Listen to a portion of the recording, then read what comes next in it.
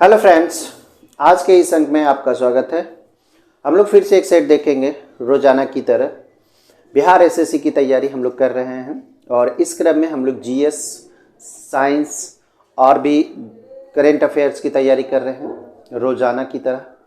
आज भी हम लोग करेंगे। बस एक रिक्वेस्ट है, शेयर ज़रूर करें। जितने भी देखने वाले हैं सब एक शेयर ज़रूर करें। और अभी तक आप नए हैं या फिर अभी तक आपने सब्सक्राइब नहीं किया है तो चैनल को सब्सक्राइब करके नोटिफिकेशन को ऑन कर दें। रोज़ाना शाम में यह आ जाता है वीडियो, इसलिए देखना ना भूलें और स्किप करके ना देखें, पूरा देखने का प्रयास करें। एक तरह का प्रैक्टिस सेट है ये। पहला देखेंगे, द गुड अर्थ किसने लिखा है? द गुड अर्थ किसने लिखा है? Hemingway, O'Neill, Pearl S Buck, Charles Dickens. तो इसका सही जवाब आप देख लेंगे। द गुड अर्थ ये पर्लसबैक ने लिखा है, पर्लसबैक ने। हालांकि द गुड अर्थ को 1932 ईस्वी में इसे पुलित्जर पुरस्कार भी मिल चुका है। पुलित्जर पुरस्कार भी इसे मिल चुका है, ठीक है। और द गुड अर्थ को ही दिया गया है 1938 ईस्वी में नोबेल पुरस्कार साहित्य का, ठीक है, नोबेल पुरस्कार। तो ये सारी चीजें भी आपको याद रखने हैं। 1932 ईस्वी में पुलित्जर पुरस्कार पर्लसबैक को मिला है द गुड अर्थ के लिए। एक तरह का ये उपन्यास है। 1938 ईस्वी में नोबेल पुरस्कार से भी इसे नवाजा गया है। तो पॉइंट को आप नोट जरूर कर लें। आगे देखेंगे, शाहनामा के रचनाकार बताना है। शाहनामा के रचनाकार कौन है? ऑप्शंस आप देख लें, अमीर खुसरो, अबुल फजल, फिरदौसी या इनमें से कोई नहीं। अगर आप पढ़े होंगे तो आसान लगेगा आपके लिए। ये अबुल फजल है, सॉरी शाहनामा के फिरदौसी हैं। शाहनामा के लेखक कौन है? फिरदौसी है, अबुल फजल नहीं, फिरदौसी है। याद रखना है इस चीज को, ठीक है। शाहनामा के रचनाकार। क्वेश्चंस देखेंगे, हुमायूंनामा किसकी कृति है? तो हुमायूंनामा गुलबदन बेगम की कृति है, इसे याद रखना है, बहुत आसान है। गुलबदन की कृति है ये हुमायूंनामा। आगे देखें, क्वेश्चन चौथा कहता है, स्वप्नवास व दत्तम के लेखक कौन है? स्वप्नवास व दत्तम के लेखक कौन है? भवभूति, भास, शूद्रक या विष्णु शर्मा? इसका सही जवाब आप जाने, इसका सही जवाब भास हो जाएगा, ठीक है। देखिए, जितने भी आप क्वेश्चंस देख रहे हैं बेहद इंपॉर्टेंट है, किसी न किसी एग्जाम्स में आए हुए क्वेश्चंस हैं और ये एकदम कंफर्म है, गेस है कि सारे क्वेश्चंस जो आप कर रहे हैं एकदम स्टैंडर्ड क्वेश्चंस हैं। इसका जितना कर सके लेवल बहुत अच्छा है, मीडियम से हाई है। तो क्वेश्चंस बहुत अच्छे हैं, सभी चीज़ मिलाकर इसमें दिए जा रहे हैं, ठीक है। रचनाकार, पुस्तक के संपादक, पत्रिका के, और भी जैसे इतिहास के प्रश्न हैं, जियो के प्रश्न हैं, इकोनॉमिक्स के प्रश्न हैं, विज्ञान के प्रश्न हैं, करेंट अफेयर्स भी हम कभी कभी मिलाते हैं। तो इस तरह से आपकी तैयारी कराई जा रही है। एकदम निस्संदेह आप यहाँ पे बने रहें और हो सके तो जितना हो सके शेयर करें, दोस्तों को लाभ पहुँचाएं, ठीक है। चलिए, बस हो गया। 5वां नंबर सवाल देखेंगे। 5वां क्या कहता है? 5वां कहता है, चरित्रहीन किसकी रचना है? चरित्रहीन ताराशंकर बंदोपाध्याय, गौतम, शरत चंद्र चटर्जी या फिर भर्तृहरि? इसका सही जवाब आप देखें, चरित्रहीन किसकी रचना है? तो इसका सही जवाब हो जाएगा शरत चंद्र चटर्जी। हालांकि बहुत पुराना ये किताब है चरित्रहीन, और इस उपन्यास पे आपको पता होगा 1974 ईस्वी में एक चरित्रहीन नाम का सिनेमा भी बन चुका है, यानी कि फिल्म भी बन चुका है। तो इसे भी आपको याद रखना, 1974 ईस्वी में चरित्रहीन नाम का फिल्म भी बना है और ये रचना है शरत चंद्र चट्टोपाध्याय। भी कहीं कहीं आपको मिलेंगे, चटर्जी, तो कंफ्यूज नहीं होने हैं। चलिए, स्पर्श रेखा किस खेल से संबंधित है? आसान है, अगर आप समझ गए होंगे, अगर आप खेल देखते होंगे। तैराकी, कबड्डी, फुटबॉल या फिर मुक्केबाजी? तो नहीं, ये कबड्डी हो जाएगा। कबड्डी में एक स्पर्श रेखा होता है, ठीक है। कबड्डी में एक टीम इधर होता है, एक टीम इधर होता है, ठीक है। ये जो बीच वाली रेखा होता है इसे स्पर्श रेखा कहते हैं, जिसे पार करने होते हैं। चलिए, क्वेश्चन से आगे देखेंगे। पोलो खेल का प्रचलन भारत के किस राज्य में हुआ है? बिहार, मणिपुर, असम और कर्नाटक, 4 राज्य हैं ये। तो पोलो खेल आप जानते होंगे, पोलो खेल भारत में ही इसका उद्गम हुआ है, इसका प्रचलन शुरुआत किया गया है। तो ये मणिपुर से शुरू की गई है पोलो खेल का, ठीक है। क्वेश्चन आगे देखेंगे, निम्नलिखित में से किस खेल की टीम में महिला तथा पुरुष दोनों खिलाड़ी होते हैं, बेसबॉल, सॉफ्टबॉल, कॉर्फबॉल, हैंडबॉल, ये हैं 4 ऑप्शंस आपके। तो कौन ऐसा खेल है जिस टीम में पुरुष भी होते हैं और महिला भी होते हैं? हालांकि टेनिस, बैडमिंटन इसका उदाहरण है, लेकिन इसमें ऑप्शंस में नहीं है। टेनिस टूर्नामेंट में मिश्रित युगल खेल होता है, जिसमें से एक महिला और एक पुरुष की टीम जो होती है उसमें मिश्रित होते हैं महिला और पुरुष। तो यहाँ पे जो 4 खेल दिए गए हैं, इस टीम में बताना है कि महिला और पुरुष का कौन कौन है। तो कॉर्फबॉल एक खेल है जिसमें महिला और पुरुष एक टीम में रह सकते हैं, भाग लेते हैं। चलिए क्वेश्चंस आगे देखेंगे। कोपा कप किस खेल से संबंधित है? कोपा कप यहाँ पे बताया जा रहा है। टेनिस, फुटबॉल, हॉकी, इनमें से कोई नहीं। ये 4 ऑप्शंस हैं आपके, तो ये 4 ऑप्शंस में से आपका सही जवाब फुटबॉल हो जाएगा। कोपा कप फुटबॉल से संबंधित ये कप है, टूर्नामेंट है ये। खुदरा बैंकिंग के अंतर्गत निम्न में से किसे ऋण, अंग्रेजी में से लोन भी बोला जाता है, लोन, ठीक है, नहीं माना जाता है? तो इसका सही जवाब आप देखें, ऑप्शंस आप यहाँ पे थोड़ा सा देख लें। व्यक्तिगत ऋण, मूलभूत सुविधा ऋण, कार ऋण, आवास ऋण, 4 तरह के लोन हैं। तो ये जो मूलभूत सुविधा ऋण होता है इसे ऋण नहीं माना जाता है, ठीक है। खुदरा बैंकिंग के अंतर्गत इसे ऋण नहीं माना जाता है। क्वेश्चन अगला है 11 नंबर। भारत के पूर्व जस्टिस, देखिए यहां से कुछ अपडेट्स मिलेंगे, करंट अफेयर्स के क्वेश्चंस आ जाएंगे। दोस्तों पिछले वीडियो में हमने पिछला जो आप एपिसोड देखा था, कल का एपिसोड देखा था, उसमें हमने ये नोबेल पुरस्कार विजेता 2023 के बारे में सारी चीज़ों को बताया था। उसे जरूर याद कर लें, क्योंकि उससे 1-2 क्वेश्चन तो बनेंगे ही बनेंगे बिहार एसएससी के नज़र से। अगर आप बिहार दरोगा की तैयारी करते हैं तो भी आपके लिहाज से, क्योंकि लगभग 30% प्रश्न करंट अफेयर्स के होते हैं बिहार दरोगा के प्रश्न में, तो आपके लिए बेहद इंपॉर्टेंट है अगर आप बिहार दरोगा की तैयारी करते हैं, और बिहार एसएससी के लिए तो इम्पोर्टेंट है ही। तो यहाँ से फिर हम 2, 4, 5 क्वेश्चन, 6 क्वेश्चन यहाँ पे थोड़ा सा करंट अफेयर्स को देखेंगे। अब यहाँ पे देखें, भारत के पूर्व जस्टिस थे रंजन गोगोई, हाल ही में किस राज्य के मुख्यमंत्री, हाल ही में मतलब इसे हटा दें, ठीक है, अब हाल ही खत्म हो गया, किस राज्य के मुख्यमंत्री की डायरी का विमोचन किया गया है? मुख्यमंत्री हैं कौन? सिक्किम, केरल, असम, पश्चिम बंगाल। 4 ऑप्शंस में से आपका सही जवाब हो जाएगा, असम के मुख्यमंत्री हैं। असम के मुख्यमंत्री कौन है? हेमंत बिस्व सोरेन। इनका नाम है हेमंत बिस्व सोरेन, ठीक है। तो इनकी एक डायरी है, ठीक है, इनकी एक डायरी है, और विमोचन किसने किया है? रंजन गोगोई, पूर्व जस्टिस रह चुके हैं। तो इसे याद रखना है आपको। देश का पहला पूरी तरह से डिजिटल बैंकिंग राज्य, ध्यान से क्वेश्चन को समझ ले, डिजिटल बैंकिंग राज्य जो कि देश का पहला राज्य है, कौन सा बना है? उत्तराखंड है, राजस्थान है, केरल है, या फिर तमिलनाडु है? तो 4 ऑप्शंस में से आपका सही जवाब होना चाहिए क्या? केरल। केरल इसका सही जवाब हो जाएगा, ठीक है। देश का पहला पूरी तरह से डिजिटल बैंक है ये, मतलब राज्य है। उस्मानाबाद जिला अदालत किस राज्य की पहली ई कोर्ट बन गई है? ध्यान से देखें, क्या बन गई है? पहली ई कोर्ट पूरे देश की, नहीं, किस राज्य की पहली, हाँ, पूरे देश की ये ई कोर्ट बन गई है, और ये जिला का है, उस्मानाबाद है। अदालत बिहार, तेलंगाना, महाराष्ट्र, उत्तर प्रदेश। तो उस्मानाबाद जो है ये महाराष्ट्र में है, ये एक जिला है जहां की जो कोर्ट है वो ई कोर्ट बन गई है, ठीक है। राष्ट्रीय स्टार्टअप दिवस हाल ही में किस दिन मनाया गया? 16 जनवरी, 17 जनवरी, 18 जनवरी, 19 जनवरी 2023 की बात हो रही है। तो ये 16 जनवरी हो जाएगा। ये प्रत्येक वर्ष मनाया जाता है, ठीक है, प्रत्येक वर्ष मनाया जाता है, प्रत्येक वर्ष ये मनाया जाता है। तो इसे याद रखना है आपको, राष्ट्रीय स्टार्टअप दिवस 16 जनवरी को मनाया जाता है प्रत्येक वर्ष। ऐसा नहीं कि 2023 में मना लिया गया उसके बाद नहीं मनाया जाएगा, नहीं। किस राज्य में भारत मिस्र ज्वाइंट ट्रेनिंग एक्सरसाइज साइक्लोन 1, ध्यान से देखना है, भारत मिस्र का है ये ज्वाइंट ट्रेनिंग, संयुक्त सैन्य अभ्यास है इसको कह सकते हैं। ये साइक्लोन 1 है, पहला संस्करण आयोजित किया जा रहा, पहला संस्करण है ये। पंजाब, राजस्थान, वेस्ट बंगाल, आंध्र प्रदेश। तो यह जैसलमेर में आयोजित किया गया। और जैसलमेर कहाँ है? याद आप लोग को होगा, जैसलमेर ये राजस्थान में है, ठीक है। जैसलमेर कहाँ है? राजस्थान में है। तो ये इसे याद रखना है, संयुक्त सैन्य अभ्यास है भारत और मिस्र के बीच में, नाम है उसका साइक्लोन फर्स्ट, ठीक है। और पहला ये शुरू किया गया है जैसलमेर में, जो कि राजस्थान में है। 16 देखेंगे, निम्न में किस राज्य के कांगेर घाटी राष्ट्रीय उद्यान, ध्यान से देखें, कांगेर घाटी राष्ट्रीय उद्यान में दुर्लभ नारंगी रंग का चमगादड़ तो काला रंग का होता है, सभी जानते हैं इस चीज को, लेकिन दुर्लभ है ये नारंगी रंग का है। ध्यान से देखें, ये जो चमगादड़ मिला है ये नारंगी रंग का है, और छत्तीसगढ़ कांगेर घाटी राष्ट्रीय उद्यान में मिला है। तो ऑप्शंस में छत्तीसगढ़ जहां देखें उसको क्लिक कर दें, ठीक है।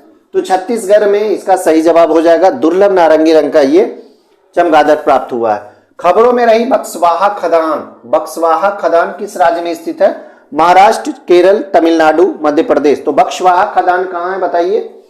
बक्सवाहा तो आपके लिए बहुत आसान होगा, ये मध्य प्रदेश में है। बक्सवाहा जो खदान है ये कहाँ है? मध्य प्रदेश में।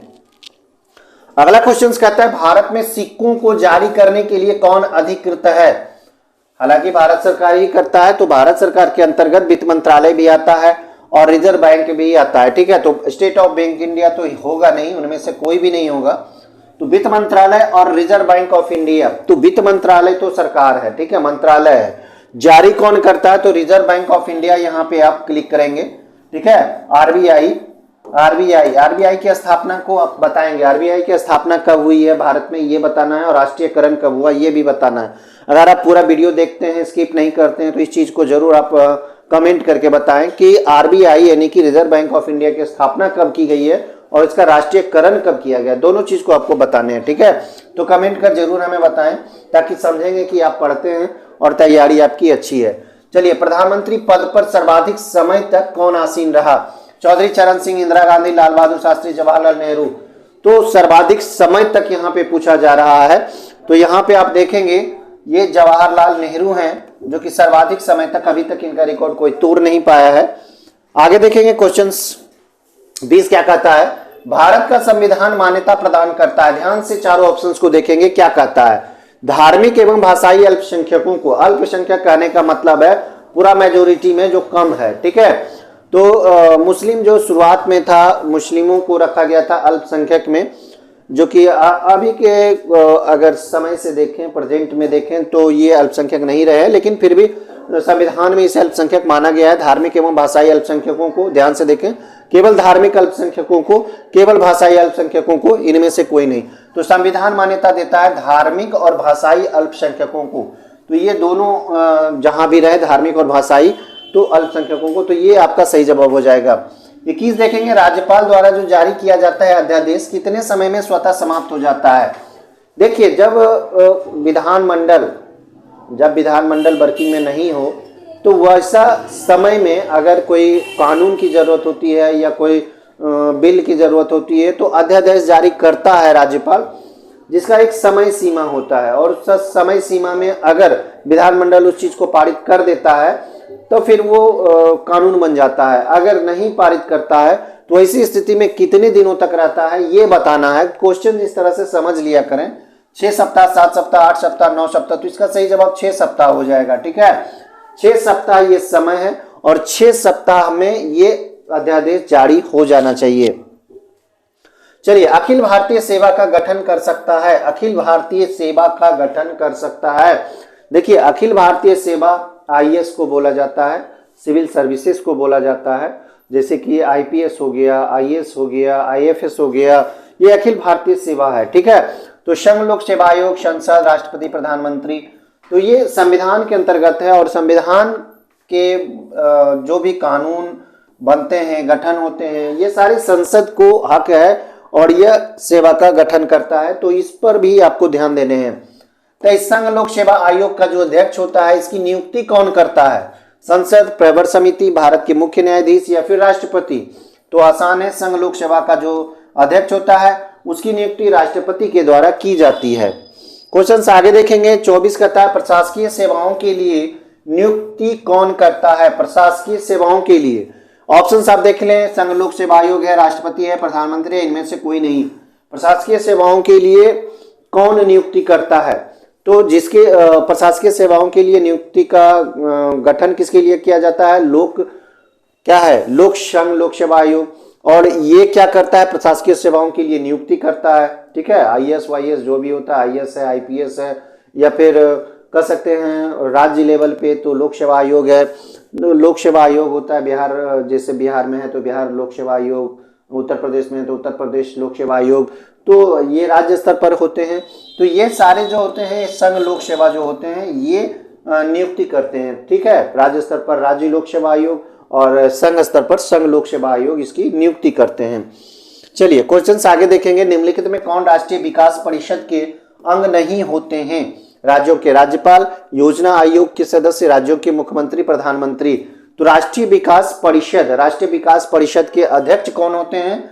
ये प्रधानमंत्री होते हैं, याद रखना है। राष्ट्रीय विकास परिषद के अध्यक्ष कौन होते हैं? तो ये होते हैं प्रधानमंत्री।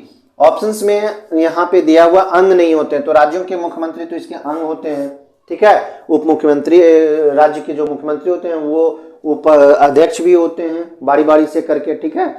और योजना आयोग के सदस्य तो इसमें होते ही हैं, लेकिन राज्य के राज्यपाल इसके सदस्य नहीं होते हैं, यही पूछा जा रहा है, अंग नहीं होते हैं। तो एक एक चीजों को आपको समझने हैं, ठीक है, एक एक चीजों को क्या करना है, समझना है। आगे देखेंगे 26 कहता है वित्त आयोग क्या है? वित्त आयोग का गठन वार्षिक निकाय है? नहीं, ये 1 साल का नहीं किया जाता है। स्थायी निकाय भी नहीं है कि एक बार कर दिए अस्थायी रह गया, तो ये भी नहीं है। त्रिवर्षीय यानी कि 3 वर्षों में, ये भी नहीं है। तो पंचवर्षीय इसका सही जवाब हो जाएगा। वित्त वर्ष जो ये वित्त आयोग जो होते हैं ये 5 वर्षों के लिए नियुक्त किए जाते हैं, बनाए जाते हैं, ठीक है। 5 वर्ष वित्त आयोग क्या है? 5 वर्षों के लिए। अगला क्वेश्चन देखेंगे, भारत में किस प्रकार की प्रशासनिक सेवाएं हैं? अखिल भारतीय सेवाएं तो है, अखिल भारतीय सेवा भी हम इसकी चर्चा कर रहे थे, प्रांतीय सेवा भी है, केंद्रीय सेवा है, ये सभी इसका सही जवाब हो जाएगा, ठीक है। भारत में किस प्रकार की प्रशासनिक सेवाएं हैं? ये सभी इसका सही जवाब होगा। आगे देखेंगे क्षेत्रीय परिषदों का गठन किसके द्वारा किया जाता है? प्रधानमंत्री, गृह मंत्री, लोकसभा अध्यक्ष या फिर राष्ट्रपति। तो क्षेत्रीय परिषदों का जो गठन किया गया है, ध्यान से इस चीज को समझें, क्षेत्रीय परिषदों का जो गठन किया गया है, आप पढ़े होंगे इस चीज को, हम भी बताए हैं। राज्य के जो पुनर्गठन आयोग था, पुनर्गठन आयोग ये कब बनाया था? 1956 ईस्वी में इसने ये चीजों को बताया था, क्षेत्रीय परिषदों के गठन के बारे में इसमें नीति है, ठीक है। राज्य के पुनर्गठन आयोग जो कि 1956 में ईस्वी में फजल अली के आयोग की अध्यक्षता में ये अपना रिपोर्ट सौंपा था 55 में, और 56 में इसे लागू किया गया था। तो क्षेत्रीय परिषद 5 हैं, कौन कौन है? इस तरह से आप जाने कौन कौन है, जैसे कि उत्तर के लिए अलग है गया, दक्षिण के लिए अलग हो गया, ठीक है। उत्तर क्षेत्रीय परिषद, दक्षिण क्षेत्रीय परिषद, उसी तरह से पूर्वी क्षेत्रीय परिषद, ठीक है, उसी तरह से पश्चिमी क्षेत्रीय परिषद, उसके बाद एक हो गया मध्य क्षेत्रीय परिषद। तो इस तरह से 5 हैं, ठीक है। तो ये 5 को याद रखना है, ठीक है। उत्तर, दक्षिण, पूरब, पश्चिम 4 जो दिशा हो गया, उसके बाद मध्य बीच में भी एक है, यानी कि 5 क्षेत्रीय परिषदों का गठन 1956 ईस्वी में राज्य के पुनर्गठन आयोग के द्वारा किया गया था। तो इसका क्या है, गठन किसके द्वारा किया जाता है ये बताया जा रहा है। तो ये राष्ट्रपति आप मान सकते हैं, ठीक है, इसका सही जवाब राष्ट्रपति हो जाएगा। अगला देखेंगे क्वेश्चन है, निम्नलिखित में से कौन संवैधानेतर संस्था है, यानी कि संविधान से इतर? वित्त आयोग तो है, चुनाव आयोग भी है, संघ लोक सेवा आयोग है, लेकिन योजना आयोग इसमें संवैधानिक नहीं पद है, संवैधानिक चीज नहीं है ये योजना आयोग। आगे देखेंगे क्वेश्चन करता है, निम्नलिखित में कौन सा एक संविधान का अंग नहीं?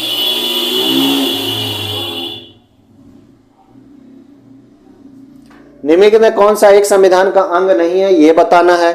निर्वाचन आयोग है, अंतर्राज्यीय परिषद भी है, योजना आयोग नहीं है। देखिए यहाँ भी यही चीज हो जाएगा, वित्त आयोग भी है लेकिन योजना आयोग नहीं है संविधान का अंग, यानी कि संविधान में ये वर्णित नहीं है। दल विहीन लोकतंत्र के पक्ष में कौन था, यानी कि कौन ऐसा नेता थे जो दल विहीन लोकतंत्र के पक्ष में थे? भूपेंद्र नाथ दत्त, एम.एन. रॉय, जवाहरलाल नेहरू, जयप्रकाश नारायण। 4 ऑप्शन से आपको बताना है कि कौन ऐसे नेता थे जो कि दल विहीन लोकतंत्र की वकालत करते थे। तो कौन थे ये जयप्रकाश नारायण थे। इसके पक्ष में कौन थे? जयप्रकाश नारायण। अब 32 नंबर सवाल देखेंगे। 32 क्या कहता है, भारतीय संविधान में विधि के समक्ष समता, ध्यान से देखें, विधि के समक्ष समता किस देश के संविधान से लिया गया है? अमेरिका के संविधान से, जापान, जर्मनी और ब्रिटेन के संविधान से। ये 4 ऑप्शन है आपके। तो समक्ष समता का अधिकार, समानता का अधिकार कहाँ है? तो ये मौलिक अधिकार कहलाता है। ये कौन सा अधिकार कहलाता है? ये मौलिक अधिकार कहलाता है, इसलिए आपको इसे नोट करना है और याद करना है। ये मौलिक अधिकार के अंतर्गत आता है। मौलिक अधिकार कितने हैं? तो मौलिक अधिकार 5 प्रकार के हैं, ये से भी याद रखें, ठीक है। मौलिक नहीं 5 नहीं 6 प्रकार के हैं, 6 प्रकार के मौलिक अधिकार है, ठीक है। जिसमें से आपको एक चीज होगा समानता का अधिकार, समानता का अधिकार। तो समानता का अधिकार कहां से कहां है? अनुच्छेद अनुच्छेद 14 से लेके 18 तक, 14 से लेके 18 तक ये समानता का अधिकार है।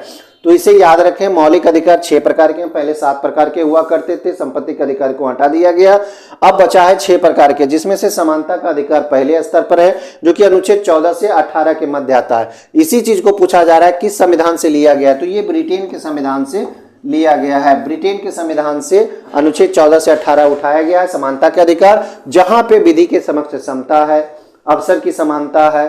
तो ये सारी चीजें कहां वर्णित है, समानता के अधिकार में 14 से 18 में, जिसमें आप एक चीज और देखे होंगे, अस्पृश्यता का अधिकार, ये भी 17 में है, 17 में, अनुच्छेद 17 में अस्पृश्यता, ठीक है, का अधिकार। ये बहुत बड़ा अधिकार है जो कि हर तबके के लोग को मिला हुआ है, हर पब्लिक को मिला हुआ है। जातिवादी यहीं पे समाप्त होता है अनुच्छेद 17 के अंतर्गत, और ये बेहद इंपॉर्टेंट चीज है मेरे ख्याल से, ठीक है। और ये समाज की नज़र से, समाज की दृष्टि से अनुच्छेद 17 जो है अस्पृश्यता का अधिकार, ये बहुत अच्छा अधिकार है। और इस तरह से इसका आपने सही जवाब देखा। आगे देखेंगे 33 नंबर, संविधान संशोधन प्रक्रिया संविधान के किस भाग में उल्लेख किया गया है। संविधान संशोधन प्रक्रिया यहाँ पे पूछा जा रहा है, भाग 12 है, भाग 16 है, भाग 18 है, भाग 20 है, ये है आपके ऑप्शंस। तो संविधान संशोधन की प्रक्रिया जो है ये अनुच्छेद 368 में वर्णित है, 368 में वर्णित है। और संविधान संशोधन प्रक्रिया कहां से लिया गया है, तो ये दक्षिण अफ्रीका से लिया गया है। कहां से लिया गया है, दक्षिण अफ्रीका के संविधान से लिया गया है। तो इसे भी आपको याद रखना है, ये संविधान कहां से लिया गया है, ये संशोधन प्रक्रिया कहां से लिया गया है, ये दक्षिण अफ्रीका के संविधान से लिया गया है, अनुच्छेद 368 में वर्णित है और संविधान के भाग 20 में वर्णित है ये संविधान संशोधन की प्रक्रिया। तो सारी चीजों को आपको याद रखने हैं, भाग याद रखने हैं, 20वां भाग में है, और अनुच्छेद कितना है, 368 है। कहां से लिया गया है, तो दक्षिण अफ्रीका के संविधान से लिया गया है। अगला देखेंगे, यहाँ पे मिलान करना है सूची 1 से सूची 2 को, ठीक है। तो भाषाओं का उल्लेख संविधान का किस अनुसूची में है ये बताना है। आप यहाँ पे देखें 10वीं अनुसूची, 8वीं अनुसूची, 9वीं अनुसूची, 11वीं। तो भाषा का उल्लेख ये 8वीं अनुसूची में वर्णित है, ठीक है। 8वीं अनुसूची में कितने भाषाओं का उल्लेख है, 22 भाषाओं को, ये भी आपको नोट रखना है, याद रखना है। 22 भाषा का यहाँ पे उल्लेख है 8वीं अनुसूची में। अब दल बदल निरोध अधिनियम, तो ये 10वीं अनुसूची में शामिल है, ठीक है। अब 10वीं अनुसूची 1985 ईस्वी में लाया गया था, याद रखना है इस चीज को। 1985 ईस्वी में इस अधिनियम को बनाया गया था, दल बदल 1985 ईस्वी में, ठीक है। उसके बाद आ गया है 73वां संविधान संशोधन अधिनियम, ये पंचायत से संबंधित है और इसे जोड़ा गया है 11वीं अनुसूची के अंतर्गत 1993 में। 1993 ईस्वी से भी आपको याद रखना है। 92 में ये पारित हुआ था, लागू हुआ था 93 में 24 अप्रैल को, याद रखना है इस चीज को, ठीक है, ठीक है। 11वीं अनुसूची। उसके बाद भूमि सुधार एवं अधिग्रहण संबंधित जो अधिनियम आया था, सबसे पहला यही आया था और इसे 1909वीं अनुसूची में इसे शामिल किया गया था। यानी कि पहला जो संशोधन के तहत आने वाला अनुसूची था वो 9वां अनुसूची था, क्योंकि संविधान में पहले से 8 अनुसूची थे।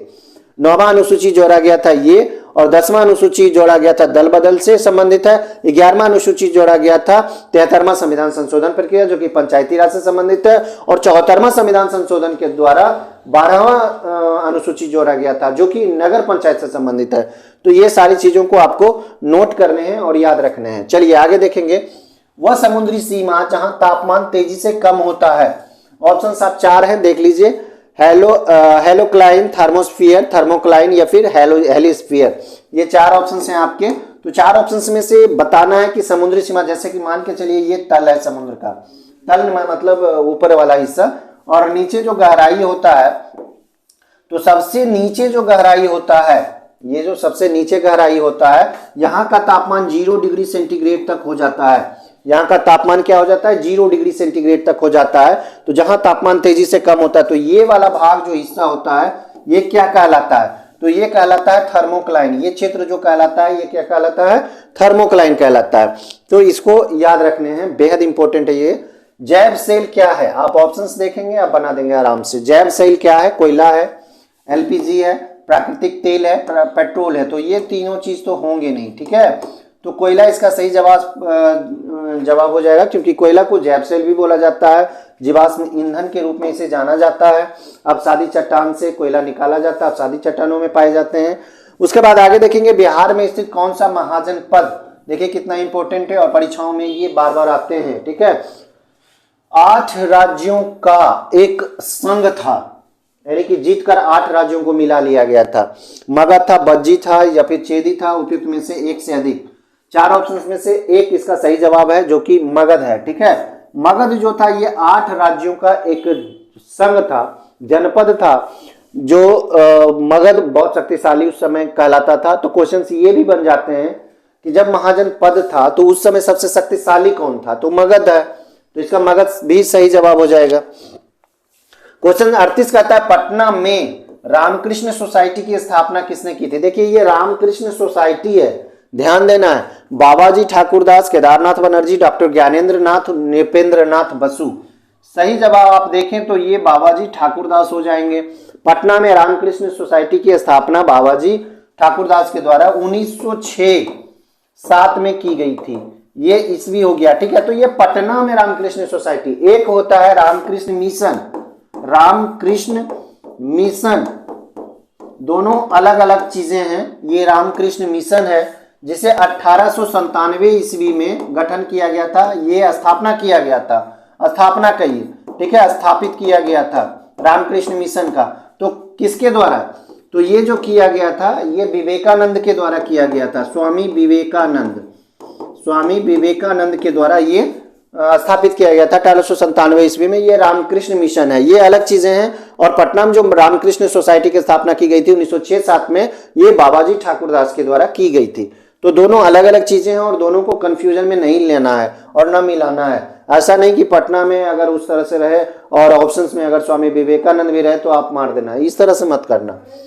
निम्नलिखित में से किसने संथाल विद्रोह का नेतृत्व किया था। संथाल विद्रोह का यहाँ पे चर्चा किया जा रहा है, तो सिद्धू कानू, बिरसा मुंडा, जत्रा भगत, उपयुक्त में से एक से अधिक। तो संथाल विद्रोह का जो नेतृत्व किया था ये सिद्धू कानू था, ठीक है। आगे देखेंगे 40 नंबर सवाल। 40 कहता है भारत छोड़ो आंदोलन के समय किस व्यक्ति ने महाधिवक्ता, जिसे एडवोकेट जनरल भी कहा जाता है, के पद से त्यागपत्र दे दिया था। कब, भारत छोड़ो आंदोलन। और भारत छोड़ो आंदोलन कब हुआ था, 1942 ईस्वी में हुआ था। पूरे भारत में ये लगाए आंदोलन हुआ था, भारत छोड़ो आंदोलन। और उस समय की बात की जा रही है कि किस व्यक्ति ने महाधिवक्ता यानी कि एडवोकेट जनरल के पद से त्यागपत्र दिया था। महामाया प्रसाद सिन्हा, बलदेव सहाय, फूलन प्रसाद वर्मा, उपयुक्त में से एक से अधिक। तो बलदेव सहाय इसका सही जवाब हो जाएगा, बलदेव सहाय, ठीक है। बलदेव सहाय जो महाधिवक्ता पद से इस्तीफा दिए थे भारत छोड़ो आंदोलन के समय। बिहार में फॉरवर्ड ब्लॉक के नेता कौन थे। पहले ये शिलभद्र याची, गौरी शंकर सिंह, श्याम नारायण सिंह, रामवृक्ष बेनीपोड़ी, ये 4 ऑप्शन हैं आपके। तो सबसे पहले जाने की फॉरवर्ड ब्लॉक की स्थापना किसने और कब की। तो फॉरवर्ड ब्लॉक की स्थापना की बात कर लें तो ये 1939 ईस्वी में की गई थी। किनके द्वारा की गई थी, 1939 ईस्वी में सुभाष चंद्र बोस के द्वारा, सुभाष चंद्र बोस के द्वारा इसकी स्थापना की गई थी, ठीक है। तो 1939 ईस्वी में सुभाष चंद्र बोस के द्वारा फॉरवर्ड ब्लॉक की स्थापना की गई थी। 1939 ईस्वी में सबसे पहले आप जानते होंगे कि वो कांग्रेस के अध्यक्ष चुने गए थे लगातार 2 बार। तो महात्मा गांधी की कह सकते हैं असहमति के कारण वो उन्होंने इस्तीफा दे दिया था कांग्रेस से, और वहां से हट के ये सुभाष चंद्र बोस ने फॉरवर्ड ब्लॉक की स्थापना किए थे 1939 ईस्वी में। यहाँ पे क्वेश्चन कुछ और है, बिहार में फॉरवर्ड ब्लॉक के नेता यहाँ पे पूछा जा रहा है, तो शिलभद्र याची हो जाएंगे इसका सही जवाब, ठीक है। और इसे भी आपको जरूर याद रखना है, सुभाष चंद्र बोस के द्वारा 1939 ईस्वी में फॉरवर्ड ब्लॉक की स्थापना की गई थी। क्यों की गई थी ये भी हमने बताया है। पंत वन्य जीव अभ्यारण्य स्थित है अररिया में, नालंदा में, बांका में, उपयुक्त में से कोई नहीं। 4 ऑप्शन है।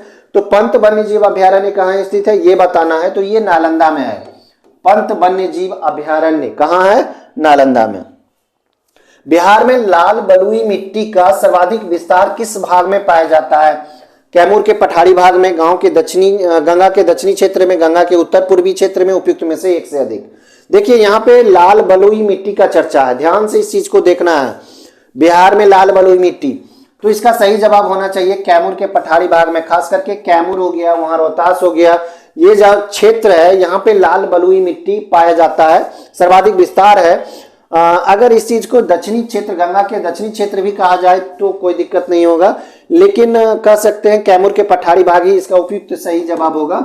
ठीक है, यहाँ पे देखें कि गंगा जो गुजरती है बिहार के बीचों बीच से होकर गुजरती है, उत्तर प्रदेश से बिहार में प्रवेश करती है और पश्चिम बंगाल में जाके प्रवाहित हो जाती है। ठीक है, प्रवाहित नहीं मतलब घुस जाती है, उसके बाद पश्चिम बंगाल से जाके बांग्लादेश घुसती है, बांग्लादेश से जाके ये बंगाल की खाड़ी में जाके गंगा गिरती है। तो ये वाला जो क्षेत्र आप देख रहे हैं ये दक्षिण का क्षेत्र है और बिहार का, और ये उत्तरी क्षेत्र है।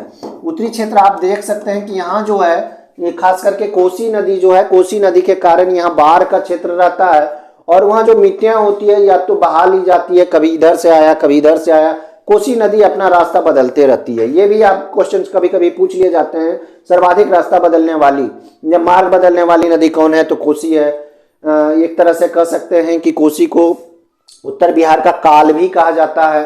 नेपाल से निकलती है कोसी और गंगा में आकर क्या होती है, गिरती है। और इस यहाँ पे क्या होता है, ये जलोढ़ मिट्टी का विस्तार है। यहाँ जो आप देख रहे हैं उत्तरी बिहार में क्या है, जलोढ़ मिट्टी का विस्तार है, खास करके खादर बांगड़ जो मिट्टी होती है, जो नई मिट्टी पुरानी मिट्टी, ये सारी चीजें आप यहाँ पे देख सकते हैं। और दक्षिणी हिस्सा जो आप ये देख रहे हैं ये वाला खास करके ये हिस्सा रोहतास का है, कैमूर का है, इधर जो है ये लाल बलुई मिट्टी का विस्तार पाया जाता है, तो इसे आप याद रखें। चलिए आगे देखेंगे, संविधान के किस अनुच्छेद के तहत राज्यपाल किसी विधेयक को राष्ट्रपति हेतु आरक्षित रख सकते हैं। यानी कि कोई भी बिल बना, किसी भी विधेयक के यहाँ पे आए, राज्यपाल के पास आए, तो राज्यपाल उस विधेयक को आरक्षित रख सकता है राष्ट्रपति के लिए। किस अनुच्छेद में वर्णित है, 200, 201, अनुच्छेद 203, उपयुक्त में से कोई नहीं। तो इसका जो वर्णित है, वर्णन मिलता है अनुच्छेद 200 में मिलता है, संविधान के अनुच्छेद 200 में यह वर्णित है। चलिए 45 देखेंगे, निम्नलिखित में कौन सी नदी बिहार के सबसे पूर्व में प्रवाहित होती है। महानंदा है, बागमती है, कोसी है, कर्मनाशा है। ध्यान से अगर आप इस चीज को देखेंगे तो कोसी को हमने अभी तुरंत बताई है, बीचों बीच लगभग बिहार के आती है। कहां से, नेपाल से आती है, बाढ़ लाते हुए आती है और कहां प्रवाहित हो जाती है, गंगा में मिल जाती है। उसी तरह से बागमती भी आती है, गंगा मिलती है। कर्मनाशा भी कहां से आती है, गंगा में मिलती है, लेकिन ये दक्षिण से आने वाली नदी है।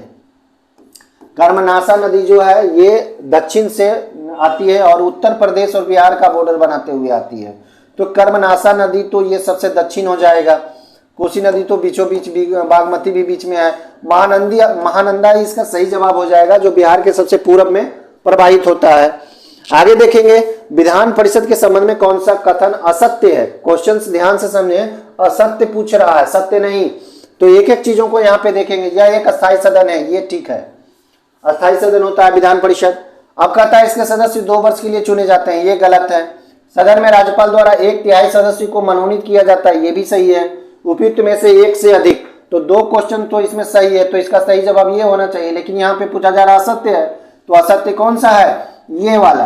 क्योंकि विधान परिषद जो होता है ये अस्थायी सदन होते हैं, उच्च सदन होते हैं, और इसमें जो कार्यकाल होता है सदस्यों का, कार्यकाल जो होता है ये कितने साल के लिए होता है, 6 वर्ष के लिए होता है। ठीक है, सदस्यों का कार्यकाल, सदस्यों का कार्यकाल 6 वर्षों के लिए होता है और ये 2 वर्ष के लिए चुने जाते हैं, तो ये तो गलत हो गया, तो यहाँ पे टिक कर देना। ठीक है, आगे देखेंगे क्वेश्चन 47, बिहार की प्रमुख पत्रिका बिहार टाइम्स। ध्यान से देखना है कि प्रथम संपादक पूछा जा रहा है, मुरली प्रसाद, महेश नारायण, मजरूल हक, इनमें से कोई नहीं, 1 से अधिक, तो महेश नारायण सही जवाब हो जाएगा। अगला देखेंगे 48 number question, doctor Rajendra Prasad केंद्रीय कृषि विश्वविद्यालय। ध्यान से देखें, बहुत इंपॉर्टेंट है ये। डॉक्टर राजेंद्र प्रसाद केंद्रीय कृषि विश्वविद्यालय कहाँ स्थित है ये बताना है। समस्तीपुर में है, नालंदा में है, भागलपुर में है, उपयुक्त में से कोई नहीं। तो डॉक्टर राजेंद्र प्रसाद केंद्रीय कृषि विश्वविद्यालय जो है ये समस्तीपुर में स्थित है। कहाँ है, समस्तीपुर जिला में स्थित है। अगला क्वेश्चन देखेंगे 49, गंगा नदी सिंधु नदी तंत्र के बीच कौन सा क्षेत्र है जो जल क्षेत्र को पृथक करता है। हरिद्वार है, नामचा बरवा है, अलकनंदा है या फिर अंबाला है। ध्यान से देखें, गंगा नदी सिंधु नदी तंत्र, सिंधु नदी तंत्र जो है जो कि पाकिस्तान की तरफ चल जाता है। ठीक है, सिंधु नदी क्षेत्र जो कि कश्मीर से होते हुए और भी क्षेत्र में घुसता है, जैसे कि पंजाब हो गया, हरियाणा का क्षेत्र है।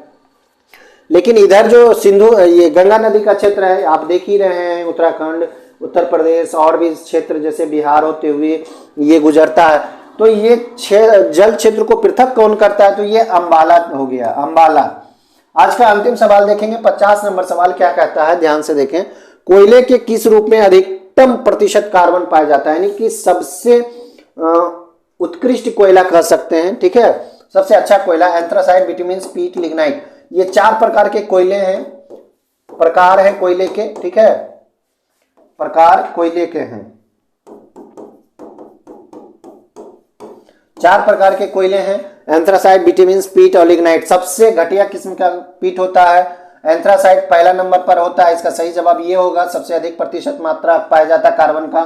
दूसरे नंबर पे बिटुमिन होते हैं, तीसरे नंबर पर लिग्नाइट होते हैं और उसके बाद पीट होते हैं। तो सबसे ज्यादा, सबसे अच्छा किस्म का कोयला एंथ्रासाइट कोयला माना जाता है, लगभग 96% इसमें कार्बन होता है। तो दोस्तों आज का वीडियो कैसा लगा, सेट कैसा लगा, सभी चीज बताएं कमेंट करके जरूर, ताकि और भी हम प्रोग्रेस कर सकें। इसमें कुछ करंट के क्वेश्चंस थे, जियो के प्रश्न थे, पॉलिटी के थे, इतिहास के प्रश्न थे, बिहार स्पेशल से प्रश्न उठाए गए थे। तो क्वेश्चंस का लेवल कैसा था, क्वेश्चंस आपको कैसा लगा, आप कितना यहाँ इसमें जानते थे, लाइक जरूर करें, दोस्तों को शेयर करें और अभी तक सब्सक्राइब नहीं किए तो सब्सक्राइब भी कर लें। धन्यवाद।